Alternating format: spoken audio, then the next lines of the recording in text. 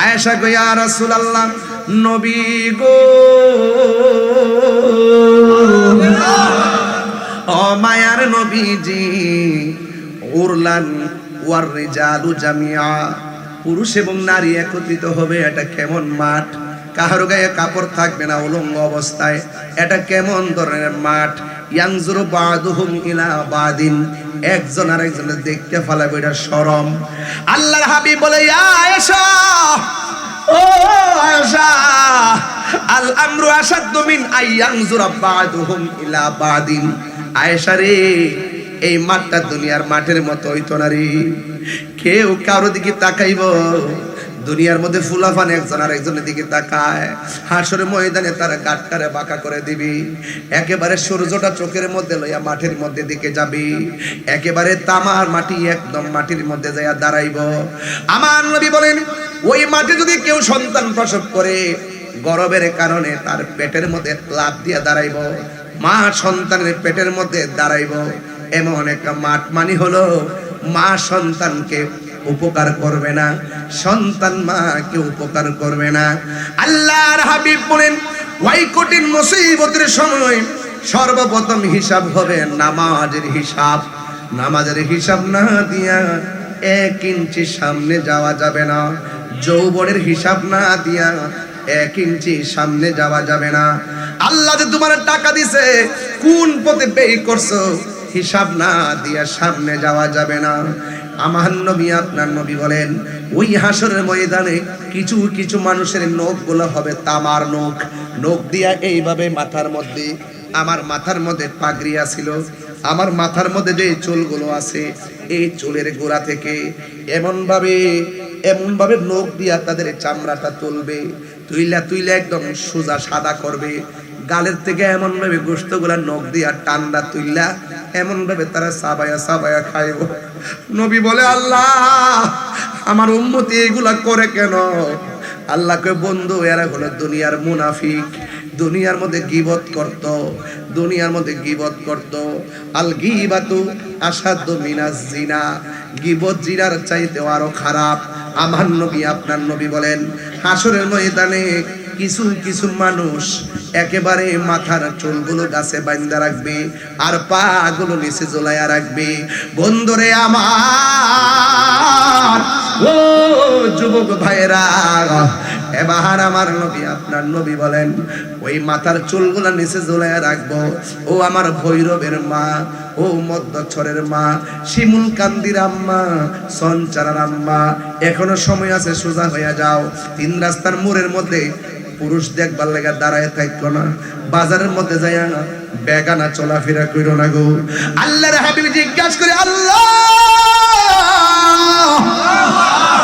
এই মহিলাগুলো কে গো যাদের মাথার চুলগুলো গাছে বাঁধা পা গুলো নিচে ঝোলাইয়া রাখতেছি আবার মাথা পা গুলো গাছের মধ্যে বাঁধা মাথার চুলগুলো নিচে ঝোলাইয়া রাখা হয়েছে আল্লাহ কয় বন্ধু এরা কে জানেননি এরা হলো দুনিয়ার বেপরদা নারী এরা হলো দুনিয়ার স্বামীর অবাধ্য স্ত্রী এই জন্য আমি স্ত্রীদেরকে বলে দিয়ে যাই আল্লাহ ছাড়া যদি কাউকে সেজদা করার অনুমতি দিত স্ত্রীকে অনুমতি দিত স্বামীকে সেজদা করার জন্য আপনি কি রহিমার ইতিহাস পড়েন নাই আয়ব নবী কয় তুমি চলে যাও কয় কেমনে যাবো আল্লাহ যে স্বামীর হক আমার উপর রাখছে আমি তো 100 ভাগের 1 ভাগও করতে পারি নাই যদি আপনি অনুমতি দেন আপনার পিছের মধ্যে আমি একটু চুমা দিব এবার এই কথা বইলে পিঠের মধ্যে মুখটা লাগানোর পরে কিরাগুলা টাইনা বের করছে এমন ভাবে স্বামীকে সম্মান করেছে আজকে দুঃখজনক হলো সত্য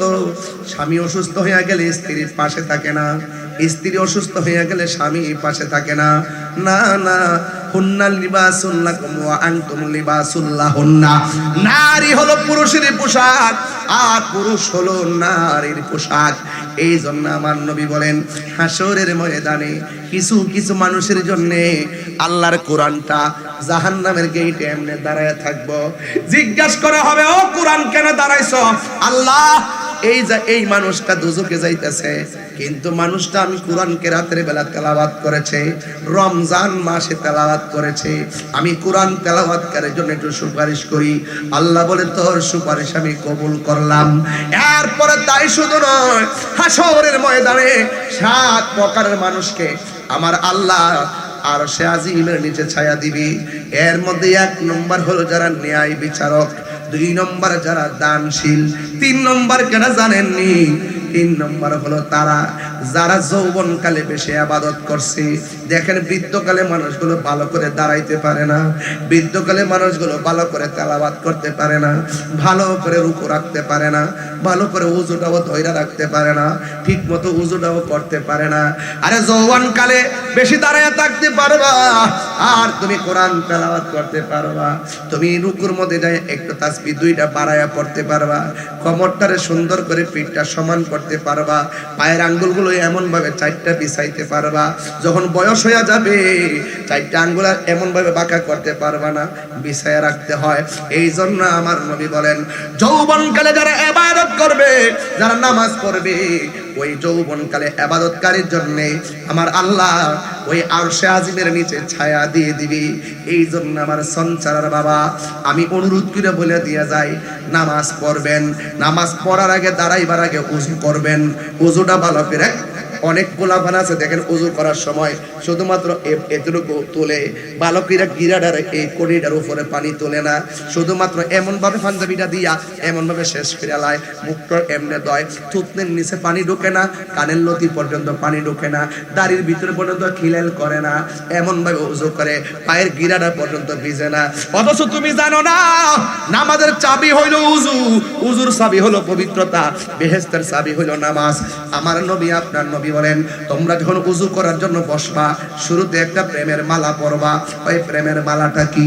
কয় তোমরা বিসমিল্লাহ দিয়া ওযু করবা, বিসমিল্লাহর বন্দনা দিয়া ওযু শুরু করবা। কয় কেন? কয় যারা বিসমিল্লাহ বইলা ওযু শুরু করে, ওযু শেষ হওয়ার আগ পর্যন্ত ফেরেশতারা ওযুকারীর জন্য আমার আল্লাহর কাছে গুনাহ মাফ চাইতে থাকে। আল্লাহু আকবার কোন কেন? তাইলে ওযুটার দাম আছে না নাই? বাবা আছে না?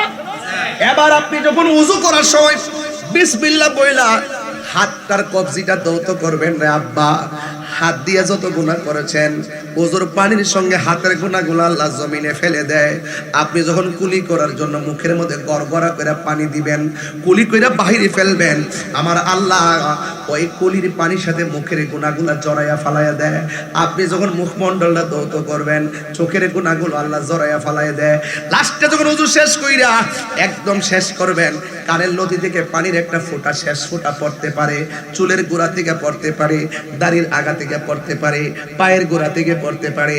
আমার নবী বলেন ওযু শেষ করার পর অল বডি থেকে সর্বশেষে যেই পানির ফোঁটাটা ঝরবে, এই পানির ফোঁটার সঙ্গে তোমার ভিতরের বাহিরের সব গুনাহ আল্লাহ মাটির মধ্যে জড়াইয়া ফালাইয়া দেয়, জড়াইয়া ফালাইয়া দেয়, জড়াইয়া ফালাইয়া দেয়, জড়াইয়া ফালাইয়া দেয়। আল্লাহু আকবার। এরপরে শুধু তাই না, কি কইছিলেন কত বড় মহব্বত আমরা তো বুঝি না, সন্ধান বুঝি না। আমার নবী বলেন ওযু শেষ কইরা কথা বলিস না, শেষ কইরা আসমানের দিকে তাকাইয়া কালিমায়ে শাহাদাত পড়বা। কালিমায়ে শাহাদাত বলে কি হবে জানেননি? ও আব্বুরে, বন্ধুরে, ও সঞ্চার বাবা, আমার নবী বলেন যারা আসমানের দিকে তাকাইয়া ওযু শেষ কইরা কালিমায়ে শাহাদাত পড়বে, আমার আল্লাহ রাব্বুল আলামিন তার জন্য 8টা জান্নাতের দরজা খুলে দিবে। মুরিদ হইলে এগুলা পিশাব থেকে নোট করে আনবেন, নোট করে যার কাছে ভালো লাগে তার কাছে হইবেন, নোট করে আনবেন, নোট করে। এগুলা পাইতেন না ওয়াজে, এগুলা এত সহজে বুঝবেনও না। একটা প্র্যাকটিক্যাল শিখাইবে ওযু কেমনে করতে হয়, প্র্যাকটিক্যাল শিখাইবে মিসওয়াক কিভাবে করতে হয়, প্র্যাকটিক্যাল শিখাবে তোমাকে কিভাবে পাক থাকতে হয়। কথা কর, আরে কথা কর না, ঠিক কি না? এই জন্য আমার নবী বলেন হাসরের ময়দানে সর্বপ্রথম নামাজের হিসাব হবে গো। নামাজটা পড়লে চলবে না রে বাবা, জবানটারে পবিত্র রাখা লাগবে। আঙ্গ দেশে বহুত মানুষ নামাজ পড়ে আবার হারামও খায়, আমার দেশে বহুত মানুষ নামাজ পড়ে আবার সুদও খায়। আছে না নাই? এমন নামাজের কথা বলা হয় নাই? এই জন্য আমি মাঝে মাঝে গান কই, নামাজ পড়ো রে হুজুরি কলবে নামাজ পড়ো, নামাজ পড়ো রে হুজুরি কলবে নামাজ পড়ো। যেই নামাজে নবী নাই রে সেই নামাজ কেউ পড়ো না রে, নামাজে নামাজির সরল পথে আনতে পারে। মুল্লাজি খবর লইছনি বিসমিল্লাতে কয় রঙের পানি সন্ধান জাননি। ওর সময় থাকতে রাস্তায় পরে ধরবে যদি তারে, চলো মুর্শিদের দরবারে। মুর্শিদ নামটি পরম দন, করো তুমি তার সাধন। তিন পুরাতর দন, তিন পুরা বুঝলে না? তিন পুরাতর দন্য হবে এই কুলে সেই কুলে। মারফেটা থেকে এক পুরা, দুনিয়াতে এসে আরেক পুরা, মরার পরে আরেক পুরা। এটা বুঝলে না? এটা বুঝে না তো। আসানি গান ভুল ধরতে হয়, ভুল ধরতে হয়, সাফাবাজ গোষ্ঠী। আরে মুর্শিদ নামটি পরম দন, মুর্শিদের এই নামটি ধরো, নিজের ইমান ওজন করো।